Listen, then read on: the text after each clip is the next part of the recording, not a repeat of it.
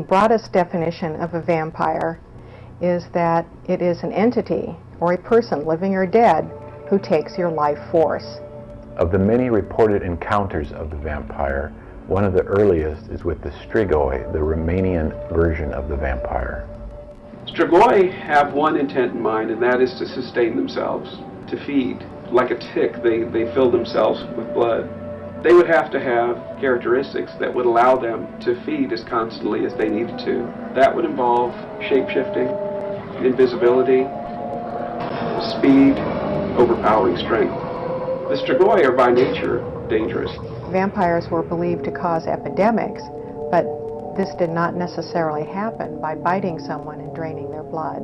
It's very possible people may have started to believe in vampires during the time of the bubonic plague.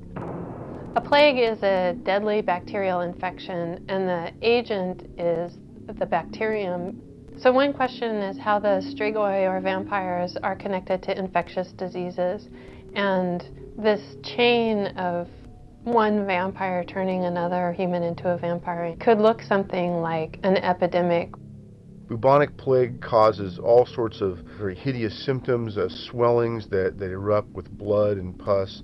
And people probably noticed that one person would get sick first, and then later on other people would get sick with the same thing. So the body of the original victim would then be exhumed, and they would drive a stake through its heart, or cut off its head, or burn the body in some way, and to try to stem the spread of the bubonic plague.